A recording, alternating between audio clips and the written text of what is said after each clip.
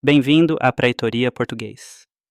Em 5 de dezembro de 2025, o programa Judging Freedom transmitiu uma incisiva mesa redonda da Intel com Larry Johnson e Ray McGovern, uma exibição que começa com o juiz napolitano acusando o secretário de defesa dos UPAs de crimes de guerra e se desdobra em uma exposição angustiante de comandos ocultos, campos de batalha virtuais e uma responsabilidade que simplesmente se dissipa.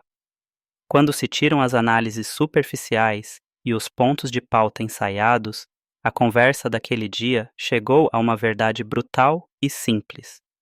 Quando o campo de batalha se estende até salas de conferências secretas e transmissões criptografadas, a supervisão murcha e a responsabilidade desaparece. Napolitano, Johnson e McGovern estavam certos em insistir nesse ponto. Eles mostraram como um ataque, que deixou homens à deriva no mar, foi assistido ao vivo de centros de comando com ar-condicionado, como o SOCOM e o JSOC operam por meio de hierarquias paralelas estreitamente ligadas à CIA, e como definições como narcoterrorista podem ser usadas para contornar os limites legais que normalmente restringiriam o uso de force letal. Andrew fez a pergunta institucional exata. Ele está autorizado a participar dessas comunicações? E Jim respondeu no Congresso com uma voz que ainda ecoa. O almirante Bradley tem uma carreira ilustre e meu respeito, e deveria ter o respeito de todos nós. Mas o que vi naquela sala foi uma das coisas mais perturbadoras da minha trajetória no serviço público. 2 indivíduos claramente em situação de sofrimento foram mortos pelos Estados Unidos. Essas não são figuras de linguagem, são a estrutura de um argumento legal. O manual do Departamento de Defesa proíbe atacar náufragos. As regras de engajamento exigem ameaça iminente. Larry e Ray estavam certos em apontar os mecanismos operacionais. Transmissões ao vivo, Kill TV, gravações de mísseis Hellfire, e em estabelecer uma linha direta com as mudanças legais do pós-11 de setembro, que normalizaram medidas extraordinárias. Expuseram também contradições que clamam por interrogatório. Pitt bradou: desencadeamos violência avassaladora e punitiva contra o inimigo. Também não lutamos com regras de engajamento estúpidas.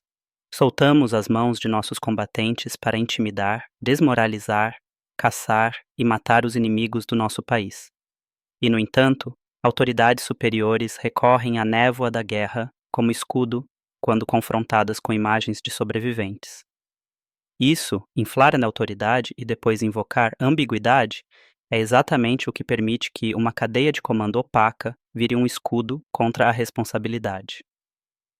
Onde Napolitano, Johnson e McGovern poderiam ter ido mais fundo foi nas soluções práticas.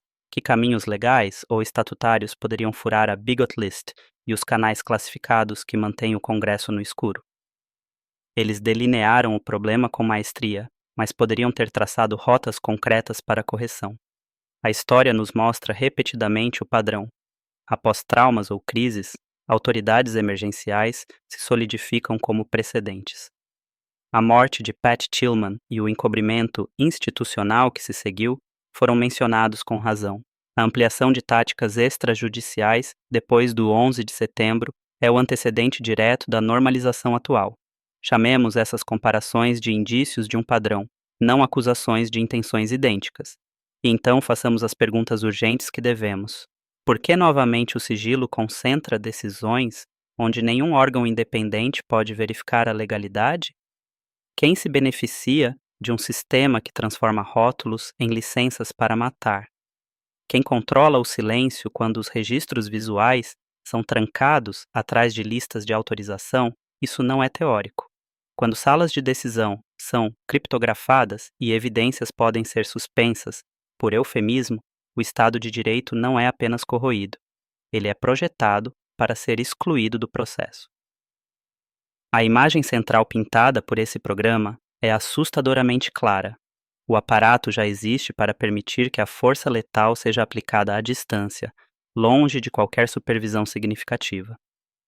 E quando isso acontece, A democracia não tem mecanismo eficaz para falar pelos mortos. Se aceitarmos isso, a única pergunta honesta passa a ser operacional. O Congresso vai encontrar a coragem que Jim exigiu? O Judiciário conseguirá adentrar os canais selados da máquina de guerra? A população vai exigir que os rótulos utilizados para justificar mortes sejam submetidos ao escrutínio legal? Até que a resposta a essas perguntas seja sim, o campo de batalha continuará se estendendo pelo silêncio classificado e a responsabilidade continuará a escorrer por nossos dedos. É isso aí, meus amigos. Por favor, curtam e se inscrevam para apoiar meu canal. Você pode encontrar mais conteúdo no meu Spotify e no YouTube com o nome Praetoria Português. Até nos encontrarmos novamente, este foi Scipio Americanus, do Praetória Português.